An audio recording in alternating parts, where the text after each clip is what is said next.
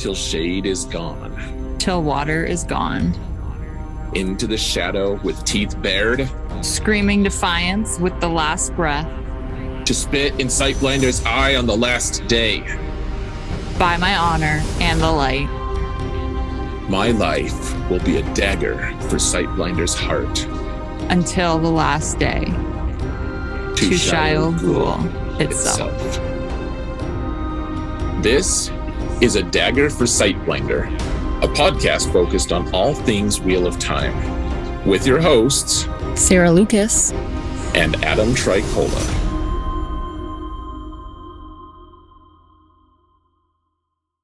Hello, everyone, and welcome to A Dagger for Sightblinder. May you find shade this day, and that includes you, Sarah. How are you today? I'm good, Adam. How are you? I'm good, I think. No one's informed me otherwise, so we're good. All right. Well, I'll let you know if it changes. Oh yeah, you could be one of the people who informs me for sure. Yeah. I was gonna say you often are the person who informs me, but that's actually false. Is it? Well, you don't. You're not the one who's like, okay, Adam, you're having a bad day, and here's why. I could be. Oh yeah, you have the capacity for it, certainly. you have the capacity for either great good or great harm. you need to be responsible with your power, is all I'm saying. Rude. Hey, I feel like that's a compliment, but okay. Okay. Rude. That's fine. Mm-hmm. Moving on. Moving on. So, yeah, we're cruising right along. This show is going to be done pretty soon, actually. Yeah, we only have 2 more episodes. Yeah. Oh, hey, before I give you the opportunity to make fun of me, I do want to give some shameless plugs real quick. Just for the people who want to support this channel for free. I mean, all you really got to do, I mean, if you haven't already joined our Discord server, that's actually something you can do to support yourself, because there's a lot of good discussion going on the Discord server. That's found in the link in the show notes. We also are in a battle for 10th place. That sounds so epic.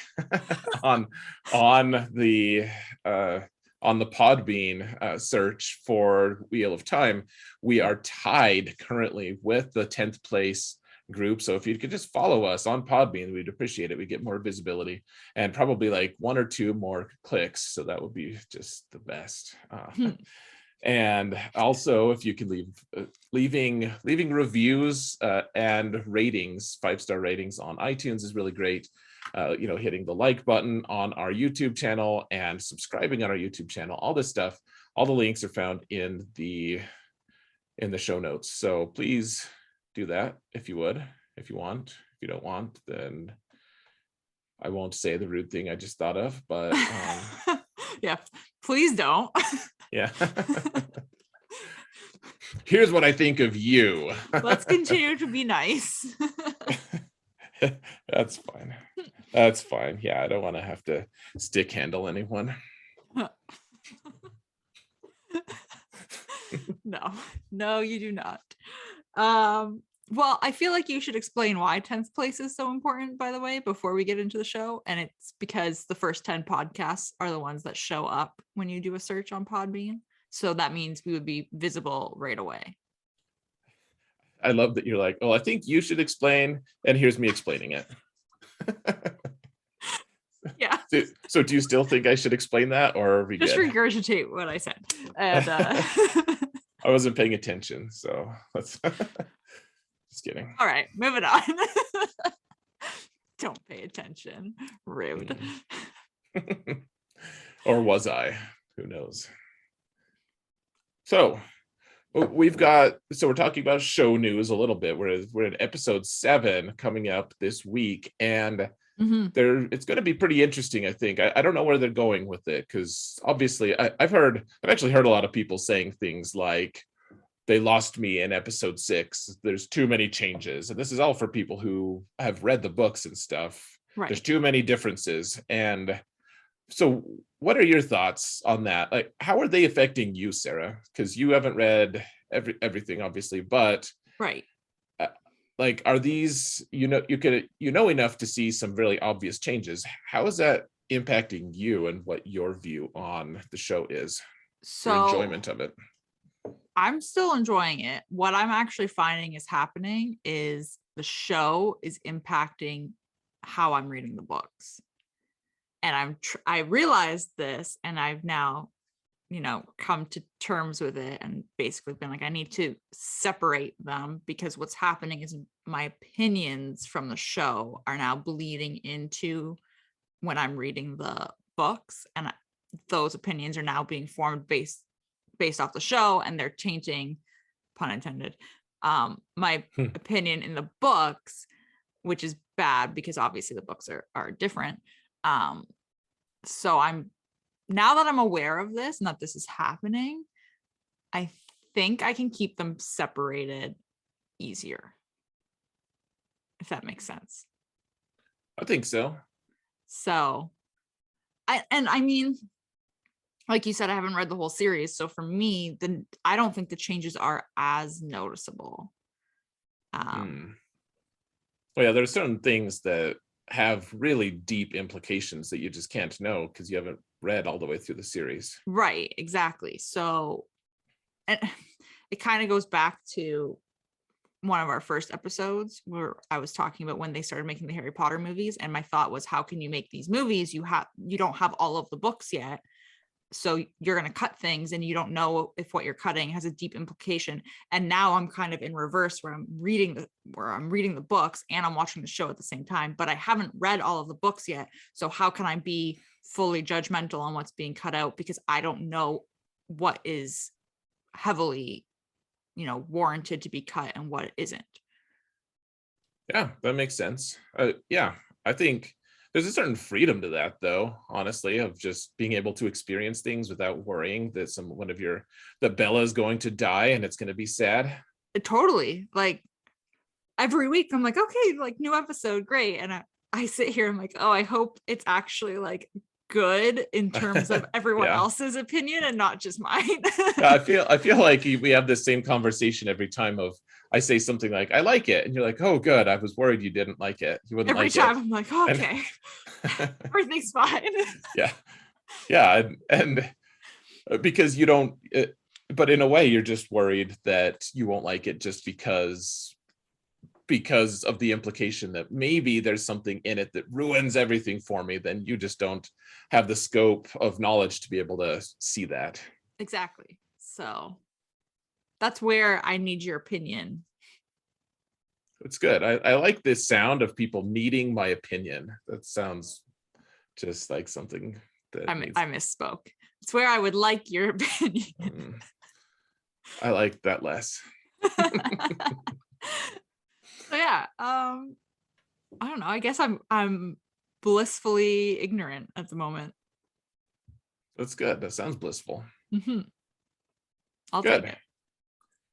Yeah, I think it's just a really interesting thing. Like how important they must have sat down with the show and just decided this is how important this is how much emphasis we're going to put on people who have read the books caring Mm-hmm. about what we're doing. And this is how, like, they must have done studies and just seen, because the vast majority of people who watch the show just haven't read the books, I think.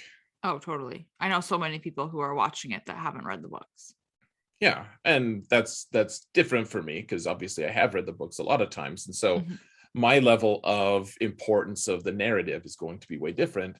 Other people just want a good story, and so you just have to think that in reality, the people who've read the books at the end of the day can give you a big headache, maybe by like being a really loud, annoyed group of people. But for the most part, I think those people are just going to shun the show and just not watch it anymore.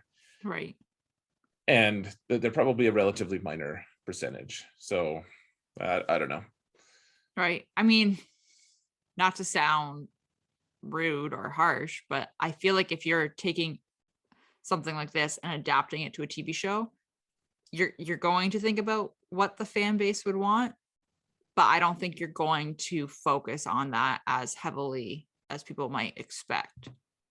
I think at the end of the day, you're going to look at it and say, this is a 14-book series that we're condensing down into potentially 64 episodes, however many, 64 hours.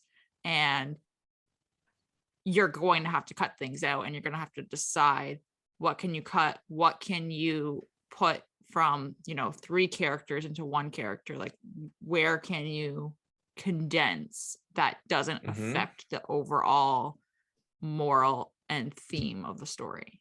Well, and you're right. I think that there's also just the idea that there's not everything that's written can be translated well onto the screen, and vice versa. There are certain things that there's certain like so. I really think the more I think about it, the better it is that Perrin was married at the start of the show, because it gave us something because even if you haven't been married, even if you don't really care about that stuff as much, you can at least on some human level understand she was extremely important to him and he killed her accidentally, and how that would feel to us. Even if we can't relate specifically, we can extract, we can assume a little bit of, so he's going through all this torment, and we don't need to hear his thoughts in that case, because we can kind of just fill in, hit the blanks. Right. He's tormented because he just killed his wife.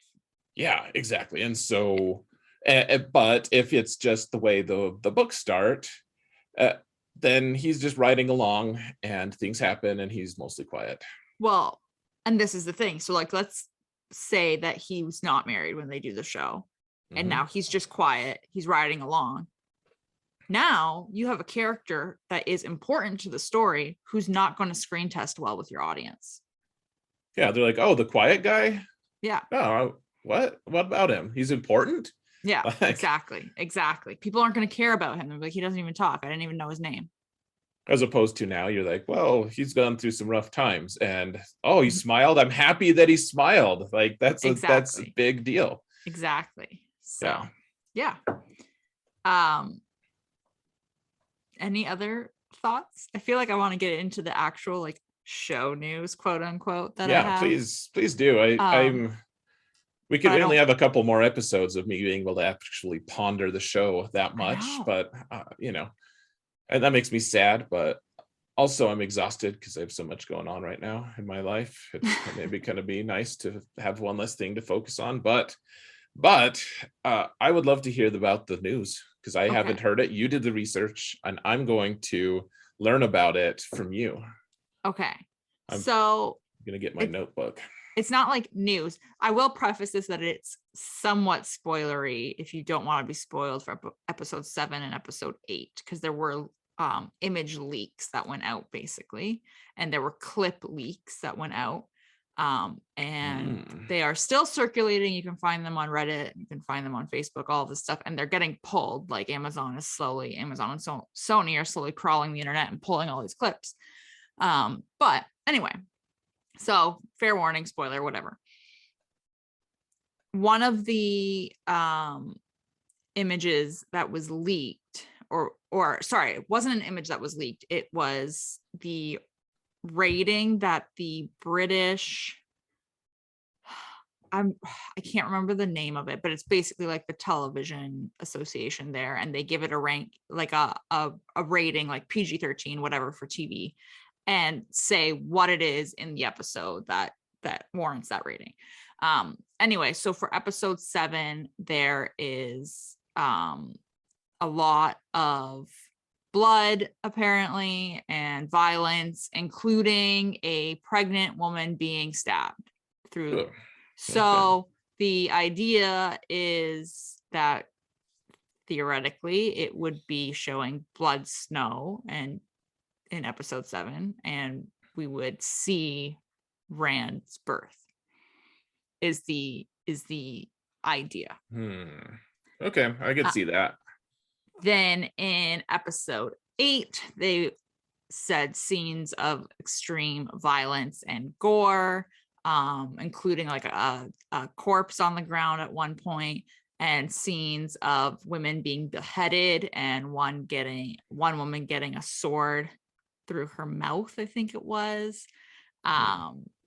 So this is where I'm going to disagree. I'm going to tell you what was said as a theory for this, and I'm going to disagree.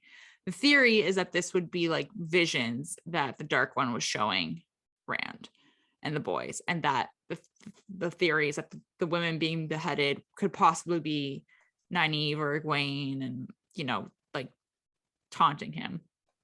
Okay. I am actually wondering if this is where we're finally going to see the prologue of Eye of the World. And I'm wondering if those women being beheaded and killed is actually Lews Therin going crazy and killing everybody. That's a fun idea. Because one of the other spoilers is that there was a still of Lews Therin in costume leaked. And I believe he's in episode 8. That would make sense. Yeah. I always thought that the start of Eye of the World was just, it was too jarring. We've talked about this a little bit in previous episodes. I think the first one actually, of that it's just a strange juxtaposition of this high court with this guy, and they're talking about an obvious conflict that has happened for a long time throughout history, and like they're clearly adversaries. People are dead, and you have this horrifying notion that one of them, like the good guy, actually killed all the people there, which is not a good guy act. And then we get to see a bunch of farmers and everything. It's just such a strange thing. It would, and yet it does provide a nice context to the show if it had been added sometime other than at the very, very, very start of the series. I've always thought that could have been a lot more powerful once you like, well, okay, so now I know what the Dragon Reborn is. Why do people think this about the Dragon Reborn? And then you show it. So it makes narrative sense, actually, if they're going to show it now. And some of you can see how it shaped people's perceptions, and how everyone just says, oh, you shouldn't channel. Look at what Lews Therin did. You can point to it then. Right, exactly. And then have this flashback. So that was sounds cool. Pretty much like the really cool stuff. They got into some of the costuming, and like, I'm not going to get into it because it was really long-winded and, to be honest, kind of boring. So I feel like that's the kind of thing you would want to see, not describe. Yeah. It's like so-and-so was wearing like a red shirt and it has some buttons, and yeah, it sounds lame. You're right. So we'll skip that. I already disapprove. Yeah. Haven't even done it. Right. So yeah, not a ton of news, but that's what I got for you.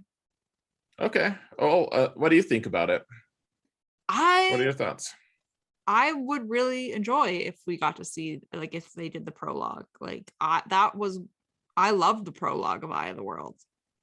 I thought it was great. So I would love to see it. And then again, like you were saying, it ties into, viewers who aren't familiar with the content and haven't read the books yet. You're going to understand why this is such a big deal. Like, why they need to find the Dragon Reborn before he goes crazy. Like, so.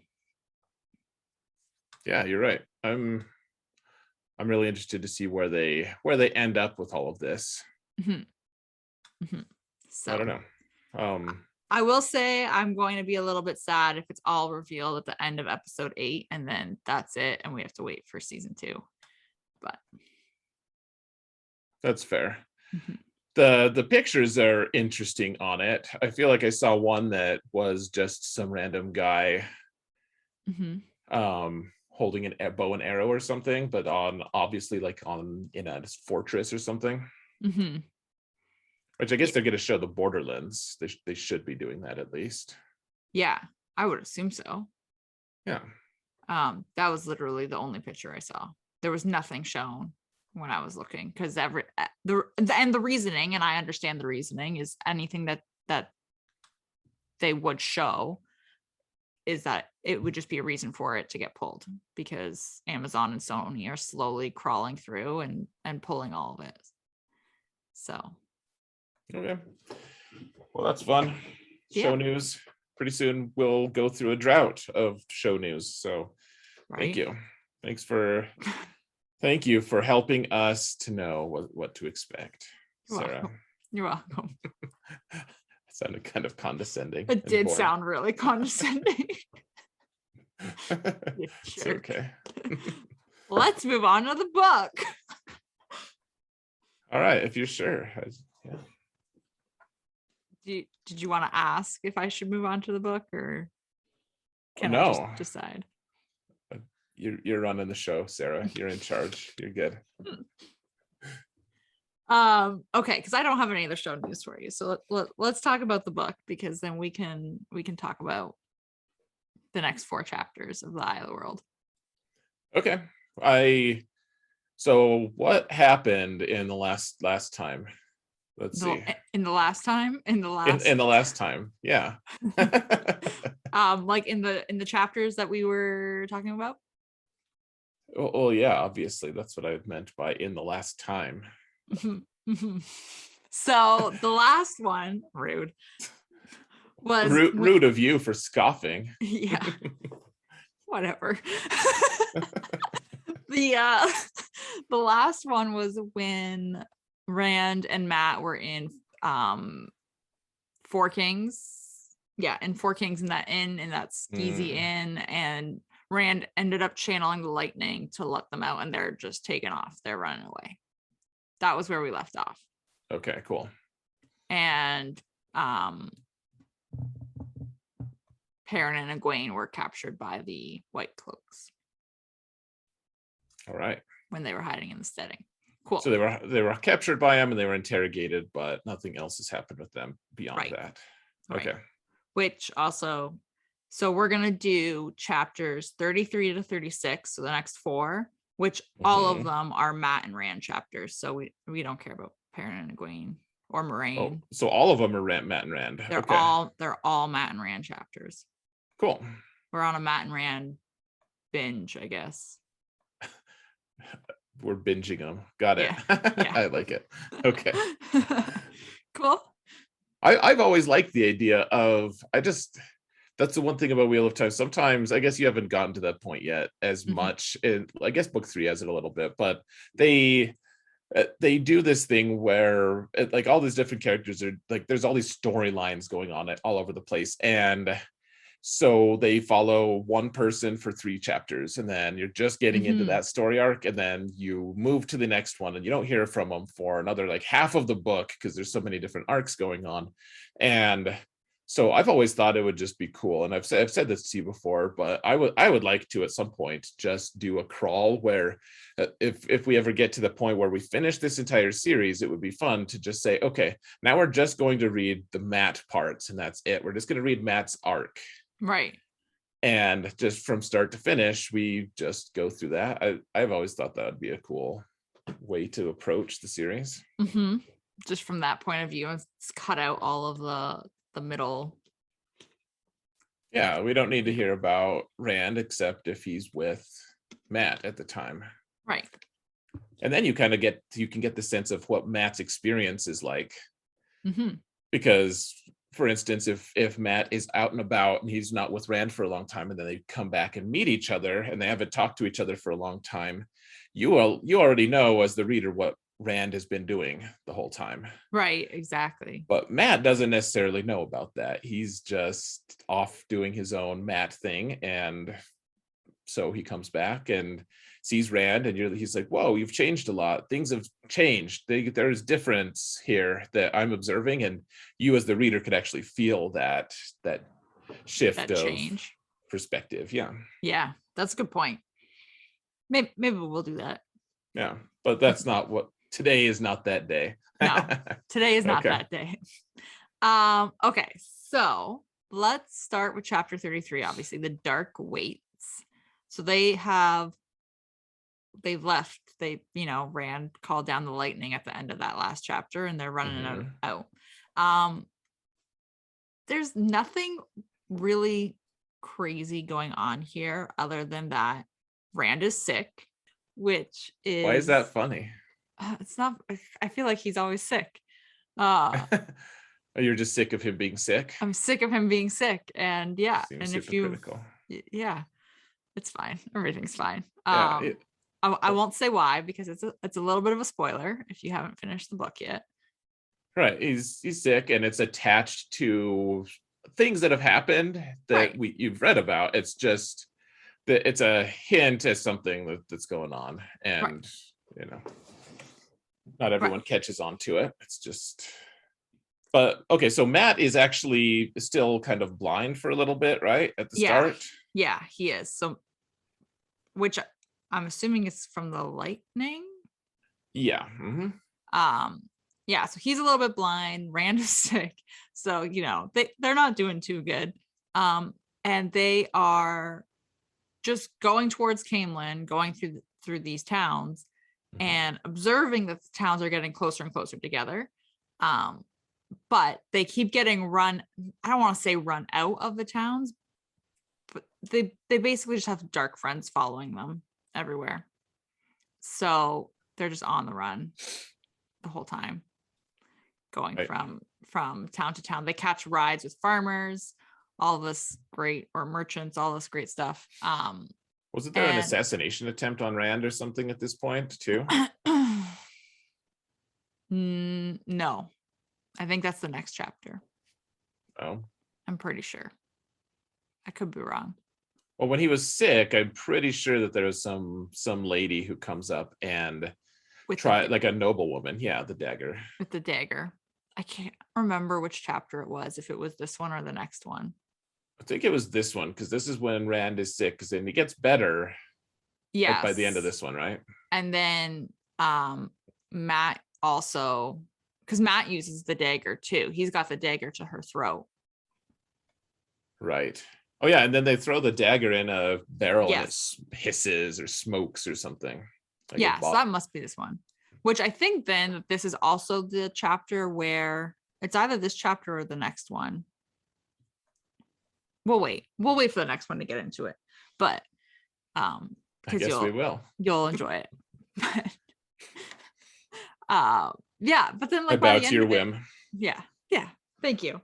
But by the end of it, they just try to, they overhear that there are people going to Camelin because they've heard that the false dragon is going to be in Camelin, and all these people are going to go see the false dragon. So they decide they're going to be able to blend in and try and follow that.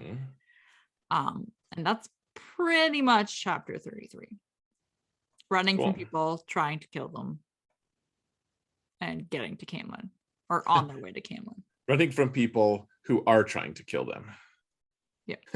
The way you said it, I was like, running from people, trying to kill them. Sounded like they're trying to kill the people who they're running from. Oh, sorry. Well, I mean, you might have to.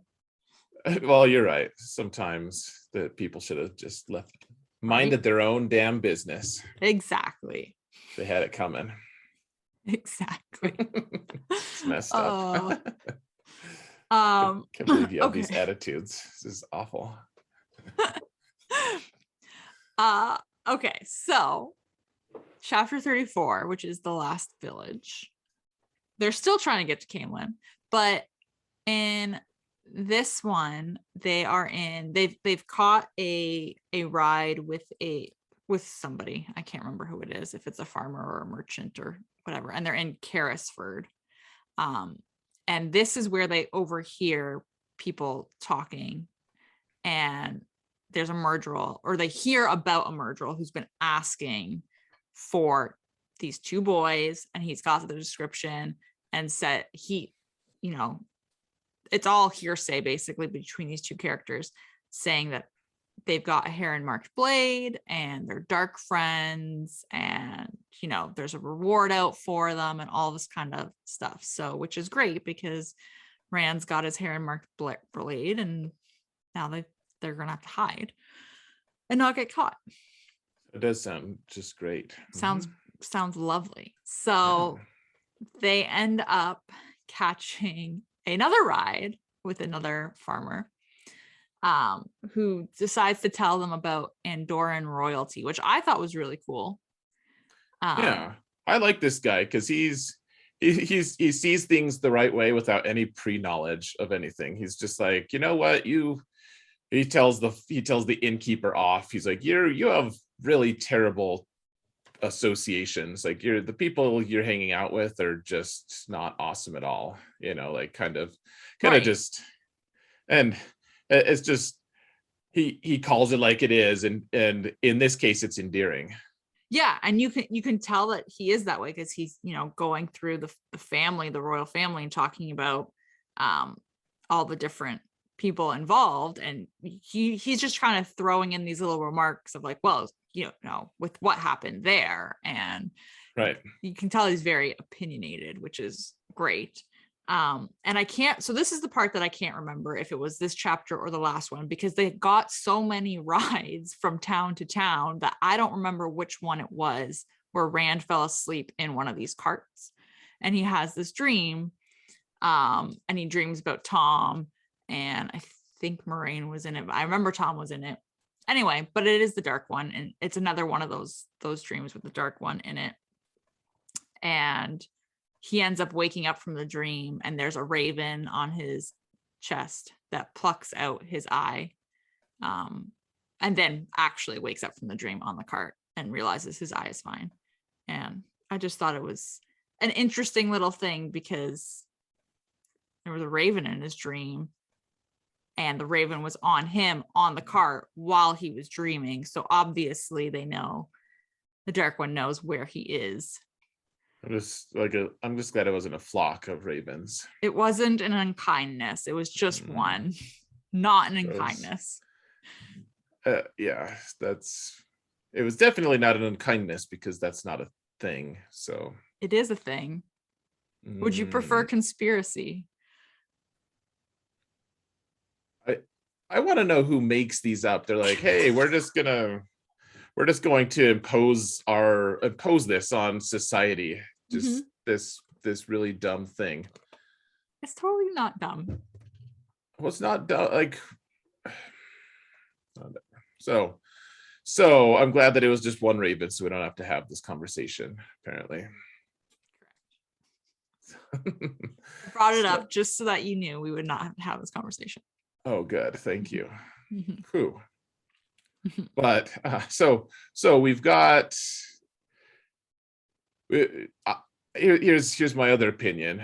Let's just get all of my opinions out. Apparently, I wish that they didn't have so many weird dreams about things like ravens plucking eyes out and just things. I don't do well with that. Like they just want to talk. I don't care about, like, Beelzemon keeps showing up in their dreams and he keeps saying, "You're mine." I don't like. There's too much of that. There's too many weird dreams, in my opinion, in this book. That's a criticism I've always had. I don't care about the dreams. They're boring. Oh, see, I really liked the dreams. Oh, really? Yeah. I didn't like them in the sense of like I was fascinated by them and I thought they had a lot of like intel or anything like that. I just thought it was a really cool feature of this story where these dreams, they're not just dreams. Like, it's very obvious it's a link to me. Maybe I'm wrong. You can tell me if I'm wrong, but it seems like a very obvious link to these boys. Sure. Well, yeah. So yeah, you're right that there's things. There's a link. Let's see. Okay, so I like more concrete things, I guess, is my thing. Is if there's like a prophecy, that's fine, and people want to react to it and everything. You could shape the whole plot of the book around a prophecy. I'm fine with that because of the ambiguous nature of language and everything. But I get so tired of them referring to things that I don't know what's going. Like, if you're new to the book and Baalzamon's just like, you're mine, you've served me, I'm blustering, I'm just going to keep trying to intimidate you. There's so many things that I'm just going to keep saying this. And it's like, okay, we get it. We get that you can go into the dreams. We get that that's a thing, that's possible. I just don't like what impact does it really have on them other than they're just kind of a little more scared and stuff. In my opinion, there were too many of those. And there was one that I kept trying to skip through, and it was like, I don't know, tons of time that I just kept trying to skip forward 30 seconds, 30 seconds, 30 seconds, 30 seconds. It was so distracting because it just kept going and going and going and going. And I don't know, like what was accomplished by the dream other than he feels a little shaky. Ugh. I mean, that's fair. I'm not gonna argue that, but I just thought it was interesting. I think it's interesting that he has dreams. I think that they take too much time to go about it. They could have really condensed that part, and not normally I like his really expansive explanations about everything. I normally like that. I just, in this case, it just seems pointless and boring. I don't know. Because if everything, oh no, like suddenly he was standing in a new place, and this place is somewhere you will not recognize, and you may not see it again, and maybe and then he reacted, he screamed, and then he was in a different place, and I defy you, and it's just bluster and counter bluster and confusion, and it's like 15 minutes of insanity before we can get to the actual story. I'm sorry, just rant, but it's fair. I can see why it would be annoying and why they would be long-winded. Well, thank you for acknowledging that. And for what it's worth, I actually am glad to hear that other people enjoy those parts. Because yeah, if you have to go through it, then I would prefer that you enjoy it. I just didn't particularly enjoy it. In some ways, I wish I did enjoy it, so then I would have enjoyed it. But you would have enjoyed it if you enjoyed it. Yeah, that sounds true. That's how that works. Yeah. So it's good we've established it. Excellent. Yeah. Yay. Yeah, so that's pretty much chapter 34. Cool. Yeah. So one other thing I'll just mention real quick. I do also like his. I like that they jump in to the royal family and stuff, because it alludes to Rand's. I don't want to give too many spoilers, but it alludes to some of Rand's like history. Some things impacted him in certain ways, and it's all just kind of, you can look back at book one and say, oh, like they were actually intentional about this. Right. From the very start, they knew exactly what was going on. And so I do like that it gives kind of some more backstory of what's going on with that, even though it means almost nothing. I've always liked it when you're reading a series and then you can look back at the first book and see all these little snippets that you just think are in there for snippets, and then they just all tie in. Like, that's genius. Like, that's just brilliant. Yeah, I've always liked that a lot. There's another author that I really like, Michael J. Sullivan. He constantly puts in these just little tidbits here and there that if you've read the series before, if you've read other books of it before, like the second time you read through it, there's all these things that suddenly make sense. And he intentionally does that so that it's kind of just the second reading is in some ways more rich than the first. But Robert Jordan I feel like he doesn't do that as much, but this is absolutely one of the examples of him doing that. Doing it. Yeah. So that's that. Do you want to do chapter 35? Sure. Which is aptly named Camelin, because they finally are in Camelin, which was sadly cut out of the show. Yeah, but it exists because that's apparently where the Amyrlin has been visiting. Right. So Mhm. I think this was really interesting. They finally get to Camelin, and then right away they decide that they're going to need to hide the sword. They don't really decide it among themselves. One of the men that was chatting earlier about two boys on the run with a heron marked sword being wanted and all this tells them to hide it and to wrap it, and then he just takes off, which I thought was pretty cool. Hey, that was the farmer who did that, right? The guy Yeah, who was, yeah. I'm pretty sure it was a farmer. Yeah, it was the guy who, yeah, well, because he recognizes, because that guy had been saying, we're on the lookout for these boys, and then they show up, and the guy could have turned them in, but he's like, you know what, I don't trust that a-hole. We're just going to I'm just going to do my own thing. And then he gives them advice, and yeah, I thought, Yeah. yeah, it makes Yes, it makes you love that guy. totally. So I thought that was great. Yeah, so they go and they get red cloth, and that's what they wrap the sword in, just to hide the heron marking. And then they decide, and by they decide, I really mean Rand decides, because Matt is so like every chapter we go on, he just gets more and more pessimistic. And Rand is like, And dickheadish, yeah. and yeah, Hmm. you just love to hate him. I don't know if that And was a swear word, but we can keep it in. so he says, like, Rand's like, let's go to this inn because Tom told us about it, the Queen's blessing, and Matt doesn't want to, and Rand's like, no, we're going, and he just goes, and Matt's got to tag along because he's a little bee.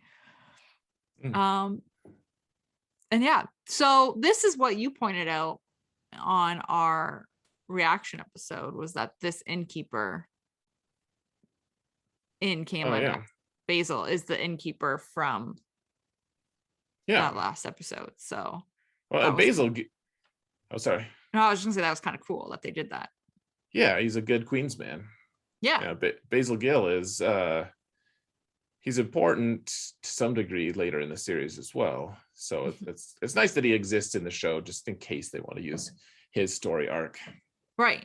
So and it's just nice, like this whole little intro with him. Like they get there and I laugh. The first thing Rand notices is that Basil's like not skinny. So Right. he He's like, immediately oh, feels thank better. goodness. Yeah. It's like, okay. Yep. So but they tell him like Tom sent him, and he's questioning why he's got Tom's flute and all this kind of stuff. And Sure. this is the first time where, we realize maybe Tom isn't dead, because Basil's like, oh yeah, he's way harder to kill than that. Like, I'm not going to believe that Right. he's dead till I see the body. Mm-hmm. So I was like, that's kind of interesting. And then he totally, like, once he realizes that they can't pay for a room or anything, he's like, okay, well, I'll give you a room and I'll give you food, but that's it. And just is an all-around good dude. Yeah, yeah, he's awesome. Basil Yeah. Gill, he's and to be fair, I mean, probably he wouldn't have done that for just any two randoms, but he's like, oh, Tom, so Right. Exactly. Sorry, I should have said that, but he does it because they know Tom. well, and this is a cool thing because so this is he Camelin is packed, so they couldn't find a place even if they looked for one. Everywhere is just totally packed full because of the false dragon. Everyone wants to see him. All the inns are, they're what, like 4 to a bed or something like that. Something I don't know, but Basil Gill, even though he could be making more money, this says something about Basil Gill, but it also says something about Tom and his how good, like, he chooses really awesome people to be friends with, and people of character who, and he's a good enough friend that this person is willing to actually take a big hit financially, where he could just be gouging people for a room. Instead, he just gives them a room for free, just because, out of friendship.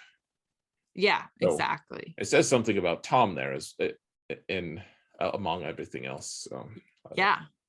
So and Basil is the one who tells them about Tom and how Tom used to be a queen or a bard, sorry, to Queen Morgaze. So yeah, I used to be the court bard. Yep. yeah. So that's a nice little nugget of info before he went and was trying to help his nephew. Yeah, well, the Tom arc is actually very interesting in my opinion.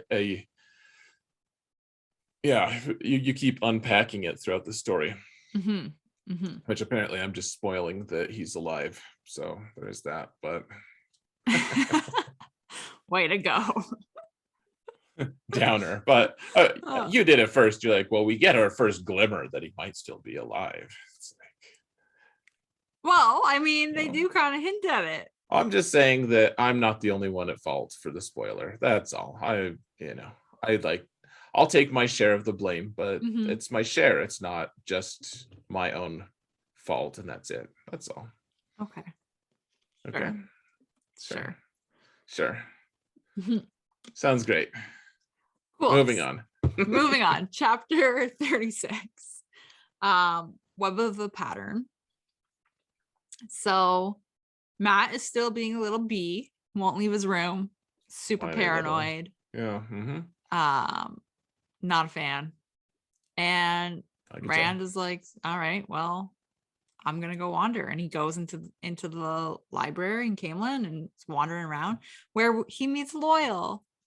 He meets a Trolloc. Just kidding. It's an Ogier. Oh, phew. Okay. Right? Good. Thank goodness. Don't panic. Yeah. I was panicking. Could you tell? I could. Good. Yeah. So yeah, he meets Loyal, and Loyal, introduces himself, and he thinks Rand is an Aiel, which is fantastic and interesting. Then he realizes that he's Targaryen, but he introduces himself, and he tells him about how he left his steading and he wants to see the world and do all of this stuff. And once he learns that Rand is a Targaryen instead, he's like, I want to travel with you. Targaryen. Sorry. Well, I like that he immediately he's like, "Ooh, you're Targaryen." You're Targaryen. I'm sorry. Rude. Oh man. It's not okay. But no, I like that he recognizes immediately that he's Targaryen. Right. And I think this is where we're actually introduced to it initially, with the idea of someone who who the pattern shapes itself around. It's just kind of cool. Yeah, exactly. And then immediately is like, I'm gonna go with you. And Rand's like, nah, but maybe we'll see you another time. Right. Yeah, probably not. Yeah. We don't need a Trolloc with us. Yeah, he's like, nah, don't really want to. And that's that. Yeah. So I personally loved the introduction of Loyal. I thought he sounded like such a cool character. So this was a nice little nugget for me. Yeah, I think it's really interesting. So when you first start with the book, you wonder how many creatures like this exist. Right. Because so you have humans, obviously. That's the standard fantasy thing. I'd like to see a fantasy novel or something where the humans just don't exist. That would be really interesting to me. And it's just all different species.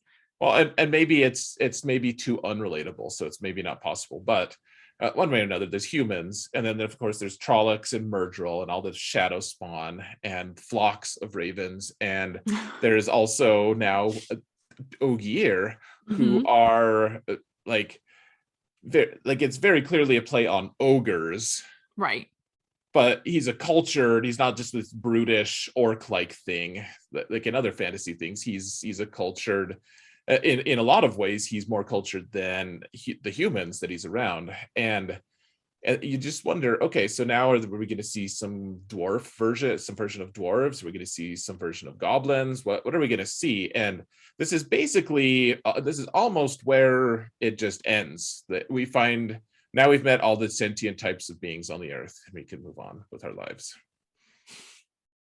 But initially, I was just wondering, oh, that's interesting. There's not just humans. There's going to be all these other creatures, and there are more shadow spawn that are introduced. And I guess that there are hints that there are other kind of sentient beings as well, but it's not clearly explained or anything. So right. Maybe that was a massive spoiler. Sorry. No, you're good. I don't know. Well, I know I told you this, like when he was first introduced, like right away, he gave me Ent vibes from Lord of the Rings. So right away, I was like, I like you. Who? What vibes? Ent. Oh yeah. You're right. That's actually a really good comparison. And I remember thinking, oh yeah, that's actually pretty astute. Yeah. Right actually, as in, it sounds like, oh, you actually made a good observation for once, Sarah. That wasn't what I meant, but it is. It's a good point. He is very Entish. He's very Entish. So yeah, I loved the Ents. So I was like, this is great. So I automatically, because I drew that connection right away, and I drew that, I think a lot of that I have to give credit to the narrator, because I drew that connection from his voice and then from how his character came out. But it immediately made me like Loyal. Yeah, I think that's fair. That's pretty cool. Yeah. That's pretty neat. Pretty neat. Yeah, I think so. But yeah, I just like, there's something so wholesome about Loyal. Yeah, there really is. Yeah. So he's a good lad. He's good. He's good people. But not really people. If we can call his kind people. Yeah. Yeah, so that's the end of that. Any other thoughts on the chapters, I guess, since we just kind of quickly ran through them? So you've mentioned how annoying Matt is getting. I think that in some ways you glossed over just how much of an issue this really is right now. Yeah, like go ahead. I was gonna say, at one point they are running from town, like trying to keep going, and he just doesn't want to do it. Yeah. And Rand has to yell at him at one point, like get in his face and be like, why are you quitting, type thing. Yeah, it's a hugely stressful thing for Rand to be going through right now. It's right.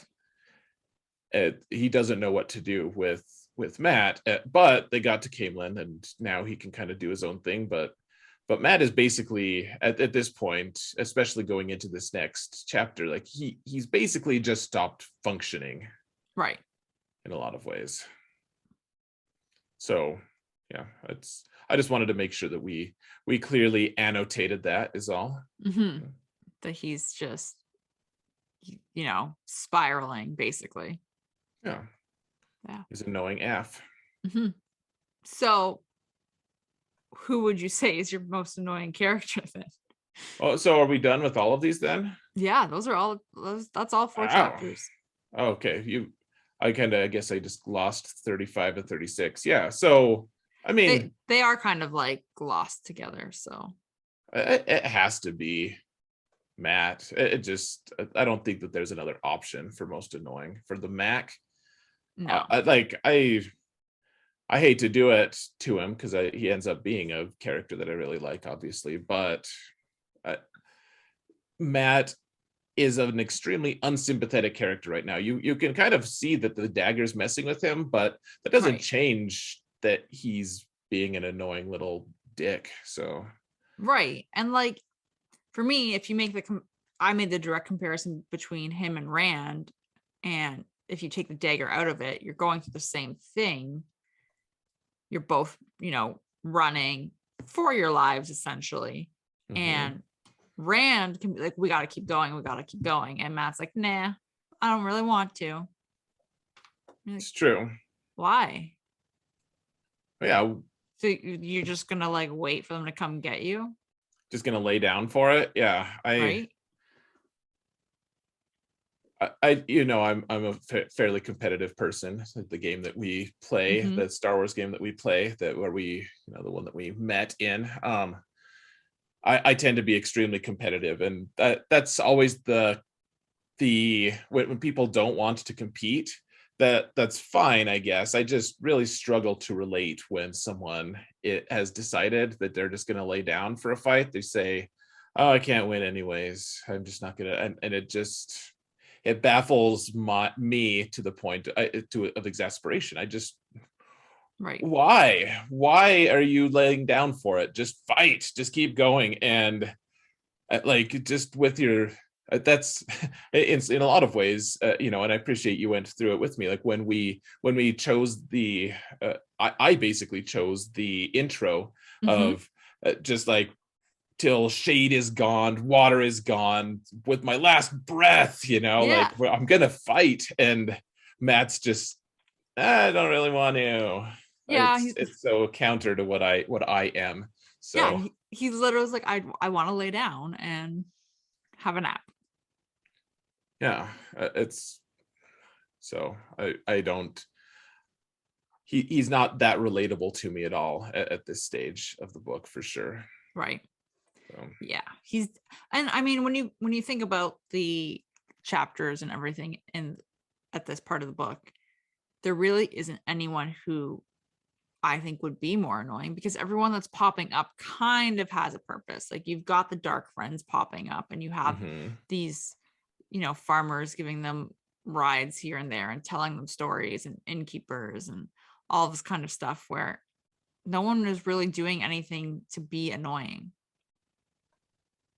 Well, yeah, annoying is kind of a funny way to say it, but Right.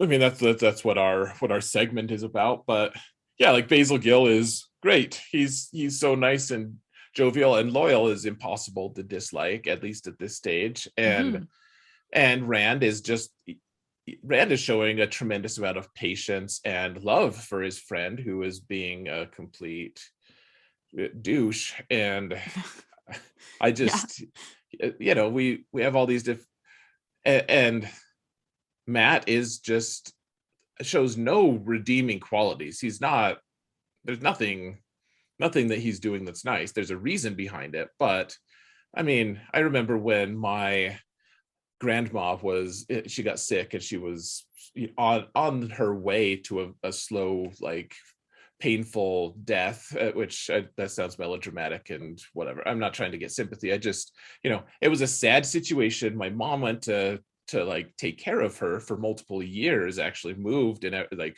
and my grandma was just so rude to her all the time, because she was in pain, and you can understand why she's in pain. And Right. she's not a happy person. And at, at first it was like, well, you got to be nice to her, she's dying. What do you expect? And then at some point I was like, okay, Mom, look, I've changed my mind. You need to be loving and kind to her as much as you can, but the way she's acting is still not acceptable. You can understand it, but you don't Hmm. have to.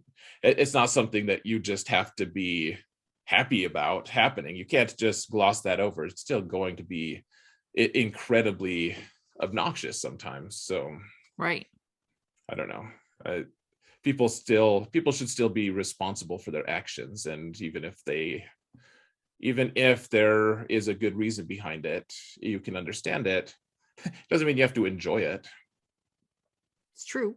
So, anyways, I know that drawing of that parallel is maybe extreme, but I just, yeah, Matt gets to be the most annoying in this chapter, or in this segment, for sure. Yeah. Yeah. There's no one else to really pick. So it's Unless Matt. you count the Murdrell or something, but that doesn't count. You can't pick characters you're supposed to dislike, kind of. Right. That's what we Right. learned in episode 1. Right. When you tried to choose Narg, you kidding me? You chose Sen Bui anyways, which is a whatever. We can move Oh man. Well, on. is there anything else? I don't know. What do you think? Is there anything else on your end? I don't think so. I mean, we're gonna be back in 2 days for another episode recap. Yeah, of our bonus episode. Yeah. That'll be exciting. What do you hope happens in the show? I feel like it's going to be a lot of I'd be intrigued to see flashbacks or something. Like they're obviously making their way through the ways. Mm-hmm. So that will be interesting. And I'm still deciding if I want to see Matt or not. Like maybe he just disappears for the rest of the series. Yeah, like is he just gone now? Until season 2. Oh, until season 2, right? Mm-hmm. I enjoyed the heck out of this actor. I hope the next one is going to be just as good. Yeah. Because obviously I want to enjoy the show. It's been enjoyable. It's really sad to me that we're going to be losing this Matt, because he does just such a perfect job. Right. Like he's so funny. He does he's pulled it off extremely well, and it's very distressing. In some ways I wish he was horrifyingly bad at what he did. Right. Because then we're like, oh, we have something to look forward to. He's going to be out. But he's not. He's actually really good at playing him. So, man, that's sad. But I want to see more about the dagger. What happens with the dagger? If Matt goes back for it or what? Because it's actually a fairly big deal for him in a lot of the show, or in a lot of the books. Mm-hmm. And the fact that Moraine's just like, oh, you're healed. Now don't touch it. You're good. Right. It's a huge distraction in a lot of ways. And it makes you dislike. I mean, we've just spent a whole long time talking about how it makes him annoying. So in a way, it's nice to just be free of that. But it almost seemed like they just made the power of the dagger and the menace of it and the overall implications of it just way more diminished than it kind of should be. I don't know. Right, because now you could literally be like, okay, well, that happened. What was the point? Well, that dagger causes issues throughout the entire book series. I won't tell you too much. That dagger is a pervasive threat throughout, and if they're just going to disregard it, I guess I'm probably fine with it, frankly. I don't know that it's so hard to just it's like when Gandalf was talking in Lord of the Rings to Frodo, and Frodo says, I wish Bilbo had just killed Gollum, and Gandalf's like, well, some people deserve who deserve life die, and some people who deserve death live, or whatever. Like, there's too many factors, and are you the one to give it to him? Like, do you know all the factors that are going into it, Frodo? And you just realize that in this case, I haven't sat down. I bet they've spent dozens of hours, hundreds of hours looking at all of the different things and deciding which things to cut out and which things to focus on and stuff. And so my snap judgment of, oh, they should just get rid of the dagger entirely is maybe not the right call. I don't know. I guess we'll find out if we see what he's up to in the next episode. That's true. I don't think we will. What do you think he's up to? I don't know. If you had to guess, if he's in the next episode, what does he do? If you have to choose, what's his next course of action from here? I think he would try and either go find the dagger, or I think he turns and is going to be like, I'm going to try and go home. And something's going to stop him. Okay, so I said one thing, but okay. Sorry. Thank you for your input. I'm not good at following the rules, apparently. Apparently not. You're a rebel. You're crazy. I like you, but you're crazy. No, I think you're. Those are basically the two storylines I would choose as well. I don't know what else he's. Maybe he goes off and finds Tom. he runs into Tom and they start having their own little adventures and eventually meet up with everyone else or something. Maybe. I don't I, know. I I do bet that he is gonna start. Oh, I bet. 'Cause we saw Pat and Fane in Tarvalon. Yeah, we did. I wonder. Well, because Oh. Matt was friends with Pat and Fane, Mhm. right? I doubt that Pat and Fane had something to do, but so we could find out actually that. So Moraine's keeping everyone isolated and stuff. How difficult would it be? I think Pat and Fane even saw them go into that. Like, what if Fane has been talking to Matt and we just don't see it, and we see some flashbacks then of Fane going and saying, "Hey, she's going to try to do this." Like and Right. Fane kind of tricks Matt into staying or something. Oh, that would be interesting. I don't know, just speculation. I really have no idea. Just I don't know. I don't know what to expect. I don't know either, but I'm excited for the next episode. Excited to talk about it. Do you have Mhm. anything else you want to say? Any pressing matters, or non-pressing for that matter? I don't think so. I think we covered it all. I I think think. so. Every single thing we covered. Yeah. Yay, yay us. Perfect. We're fancy, Um, are we not? so fancy. Yeah. So on that happy note, like Mhm. I said, we'll be back in 2 days for the recap. But thanks everybody for listening. Mhm. And Adam, everybody, may you always find water and shade. Oh, I hope you find water and shade too, Aw. as long as I have enough of it already.